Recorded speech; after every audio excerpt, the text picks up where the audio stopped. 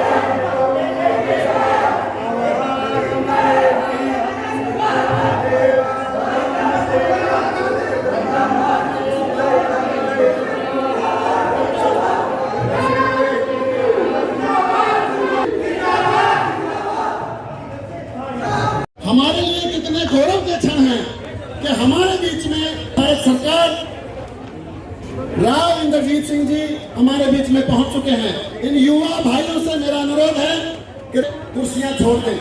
मैं हाथ जोड़ के प्रार्थना करता हूं युवा साथियों से कि माता बहनों को स्थान दें। आज ये गौरव का क्षण और भी बढ़ जाता है जब स्वामी विवेकानंद जो युवा दिवस जिनके जन्म को भारतवर्ष में मनाया जाता है, भवन बना जिनमें पुस्तकालय, जिनमें व्यायामशाला और विवेकानंद केंद्र कन्याकुमारी का कार्यालय, उसका लोकार्पण हुआ है। आगे बढ़े उससे पहले हमारे लोक गायक भाई मुनिगर पावड़ा, जिनके पास में ऐतिहासिक ऐसे शब्द हैं रागनी के माध्यम से कि किस तरह से राव तुलाराम जी ने अपने उन दिनों में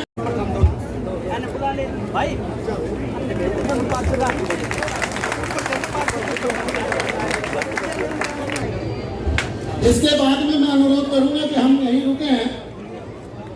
नगर पार्षद की अभी भाई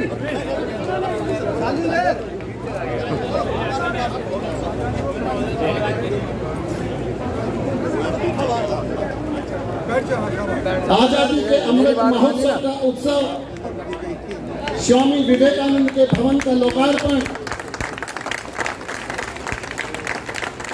इसी कड़ी में किसान मोर्चा किसान भाग का सम्मान करती हुई इसी कड़ी में अपने भाई निखिल यादव की युवा टीम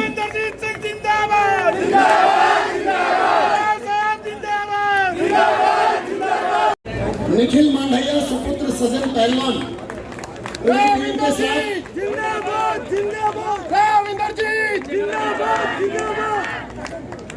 शक्ति का प्रतीक गदा भेंट करते हुए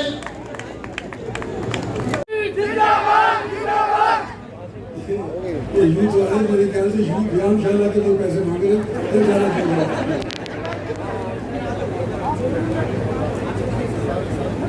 हमारी पार्टी के प्रधान हुकमचंद जी, एक्स मिनिस्टर साहब जसवंत सिंह जी, चेयरमैन जिला परिषद शशि बाला, चेयरमैन म्यूनसिपल कमेटी पूनम जी, समाज सेवी भाई सुनील मुसेपुर, संजय यादव प्रेसिडेंट RWA, सभी म्यूनसिपल काउंसलर्स साहिबान और आज के प्रोग्राम की संयोजक बहन रेखा जी और उनके पति पहलवान जी, सम्मानित मंच, दूर दराज से आई हुई इलाके की सरदारी, माता बहनों, नौजवानों, दोस्तों, दिन मुबारक हो आप सभी। 75 साल का देश आज़ाद हो गया, 3 पीढ़ी जवान हो गए और इस 75 साल के अंदर मेरी उम्र वालों ने तो परिवर्तन देखा ही है। जो अगले 25 साल के अंदर परिवर्तन होगा वो आज की मौजूदा पीढ़ी के ऊपर निर्भर है। जब हम आजाद हुए थे 47 के अंदर, जब अंग्रेज यहां से चला गया था तो भारत एक गुर्बत के अंदर बसा हुआ देश हुआ करता था। उससे पहले 100 साल पहले, आज जिक्र कर रहे थे जब ये भजन गा रहे थे, 1857 की लड़ाई हुई थी, पहला युद्ध अंग्रेजों के खिलाफ 1857 के अंदर हुआ। और मैं यहाँ देख रहा हूँ बावल के भी बैठे हैं, करीना के भी आए हुए, नागौर के भी आए, जो कटौती के भी हैं, रिवाड़ी के तो हैं, शहरी भी हैं, वार्ड के भी हैं, इलाके के सारे के आए। जो कभी चंडीगढ़ कोई गया होगा या पटियाला की तरफ गया होगा, उन्होंने बस के ऊपर लिखा देखा होगा पेप्सू। देखा किसी ने?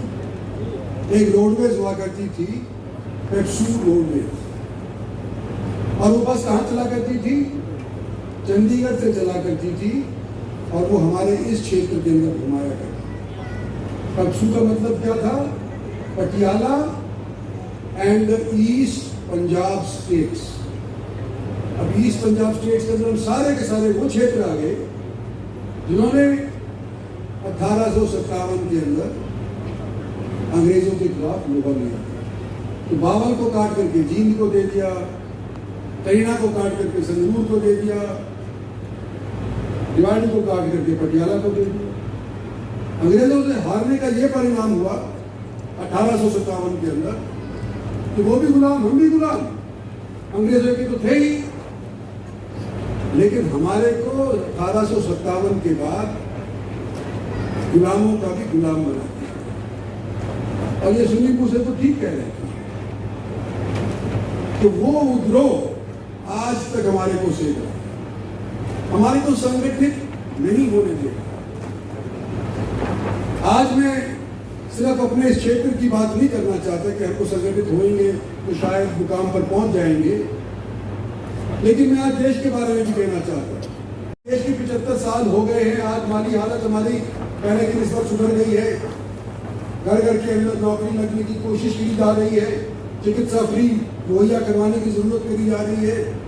कई कार्यक्रम अनेक सरकारों ने पिछले 75 वर्ष के अंदर किए, लेकिन सबसे ज्यादा जो आज के दिन आवश्यकता है वो चिकित्सा है। आयुष्मान भारत की एक ऐसी स्कीम है जो 10 करोड़ कुटुंबों को 5 लाख तक का फ्री इलाज मुहैया करवा सकते हैं। और हमारे यहाँ पर जो मेरी उम्र के हो गए हैं, मेरे से गुजर गए हैं, आज तक तो पता ही नहीं चलता, हार्ट अटैक 40 में भी आ जाता है, धक्का मार जाता है। सारे के सारे यहाँ से उठा करके गाड़ी अपनी जयपुर जाया करते थे, वो तो जाना पसंद नहीं करा। ये एक भारत सरकार ने हमारे यहाँ पर तो चिकित्सा का जो अभाव था ये है, अभी भी पूरा करना। नौकरियों का अभाव है, वो भी पूरा करना। नौकरी पूरी तरह से मिल नहीं पाई है, दो कोई दे रहा है, लेकिन जितना बच्चा हमारा यहाँ पर पढ़ लिख करके आज के दिन इस मौजूदा सरकार के अंदर नौकरी प्राप्त कर रहा है, पहले वाली सरकारों में नहीं। मुख्यमंत्री से कह कोई हिसार का था तो हिसार वाले को मिल जाती थी नौकरी, कोई रोहतक का था तो रोहतक वाले को मिल जाती थी नौकरी, को भिवानी वाला था भिवानी वाले को मिल जाती थी। हमारे वालों को औरों के नंबर खत्म हो जाता था, इंटरव्यू में उसके 0 नंबर देने के बावजूद भी उसकी मेरिट काटी नहीं जा सकती थी, जब जाके उसको वो नौकरी उपलब्ध हो। ये स्थिति हमारे साथ, और ये स्थिति जब है कि कांग्रेस के शासन में हमने कांग्रेस की सरकार बनाई,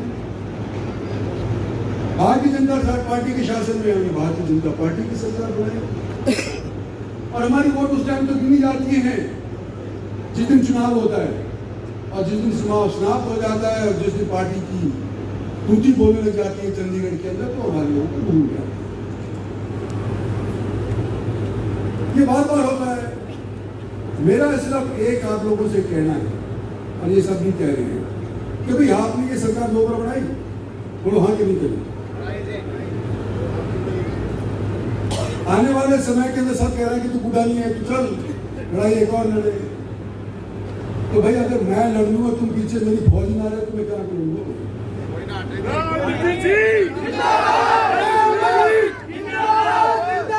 आज सवाल इस बात का है कि हमको हमारी लड़ाई लड़नी पड़ेगी कि जवान हो चाहे बूढ़ा हो चाहे दरमियानी उम्र का, अगर हम संघर्ष नहीं करेंगे तो हमारे को कोई नहीं पूछेगा, और अगर हम संगठित नहीं रहेंगे तो हमारे को कोई पूछेगा। तो आज मैं आपको मौजूदा तौर के ऊपर ये कहने आया हूँ कि 75 साल हमारे गुजर गए। आज सब बालकों के हाथ के अंदर देखो टेलीफोन है, हमारे को तो सीखा भी नहीं था, हमारे टाइम पे तो कंप्यूटर ही नहीं थे। आज टेक्नोलॉजी इस रफ्तार से बढ़ रही है, जो काम 100 साल के अंदर हुआ करता था वो 10 साल के अंदर हो गया। जो मैथमेटिक्स पढ़े हैं उनको मालूम है कि ज्योमेट्रिकल प्रोग्रेशन क्या चीज है। हमारी डेवलपमेंट की रफ्तार ज्योमेट्रिकल प्रोग्रेशन के तौर पर बढ़ रही है। जब अंग्रेज हमारे को छोड़ करके गए थे 57 के अंदर, तो भारत का विश्व के अंदर केवल 3% GDP का हिस्सा था, मतलब विश्व के 3% हिंदुस्तान से ही। और जब अंग्रेज आए थे उससे 200 बरस पहले, तो 25% हिंदुस्तान कंट्रीब्यूट किया करता था विश्व